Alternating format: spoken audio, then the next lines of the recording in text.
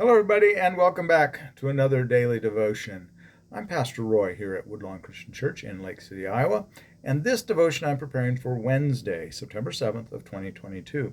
We have been working our way through Matthew's Gospel. If you've been following along, we welcome you back. If you are just new to the channel, please like and subscribe. We'd love to have you here. We do have a playlist with a bunch of different studies that we have done. You can go back and look at the various books and the various different discussions we've had of the various different scriptures. But today we're in chapter 27. We are in the crucifixion scene. Jesus has been hung on the cross. They've put the placard above him. They've hung him between the two thieves.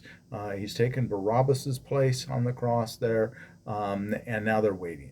So let's pick up at verse 45 and verse 46. Just taking a small bit today. It's a busy day for me, but also I want to kind of focus on these two verses just a little bit more. Normally, I really had originally intended to go to verse 54, but I want to talk about these two, and we'll deal with 47 to 54 tomorrow. So let's take a look at Matthew 27, chapter 27, verses 45 and 46. From noon on, darkness came over the whole land until 3 in the afternoon. And about 3 o'clock, Jesus cried out with a loud voice, Eli, Eli, lema sabachthani. That is, my God, why have you forsaken me? Okay. Here Jesus is speaking in Aramaic, which is most likely the language he spoke the most. That would have been the most common language in that time period. This here is a fulfillment of the first verse, the first half of the verse of Psalm 22, where Jesus is quoting, my God, why have you forsaken me? And then it goes on from there. The rest of the verse is, why are you so far from saving me, so far from my cries of anguish? That is verse 1 in Psalm 22. So this is another fulfillment of prophecy that Matthew has in his gospel. Matthew is the most Jewish. He's the most careful about dealing with prophetic fulfillment. But what is going on here? Why would Jesus be crying out that God has forsaken him? We have to remember something very, very important about Jesus. Jesus is fully human. Jesus is fully God.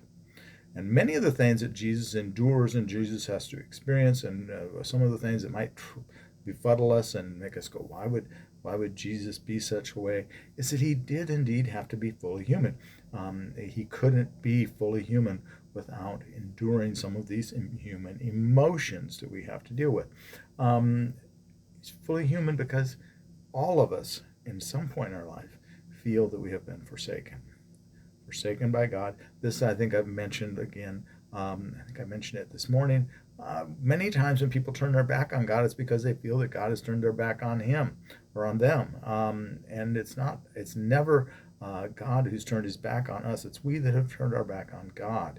We've made bad decisions, and part of it also is, especially in this case with Jesus, is there's free will, and that means people can make decisions. People can make decisions to practice evil, and that evil can affect us. And here it's affecting Jesus very directly and very terribly on the cross, where he is enduring the pain of crucifixion. Remember, he forego the wine mixed with gall that would have been a sedative effect. It would have given him some relief. He had rejected that earlier. So what's going on here, in my opinion, is just the fulfillment of Scripture, but it's also that all too human thing of wanting to feel that you've been lost or that you've been forgotten by God. But God doesn't ever forget us. God has not forgotten him. It's just that there's something waiting. We don't always know the rest of the story. Now, here even Jesus knows the rest of the story. We believe that fully. But even in that moment, he feels forsaken. So don't be hard on yourself. My point is, when you feel that you've had to unload, if you will, on God, or blame God, yell at God, when you turn around and you realize that your failure there, and we all do, that we've blamed God unjustly, God's got big shoulders. If you need to yell at God, go ahead. I've always told people God has big shoulders. He can handle you being upset with him.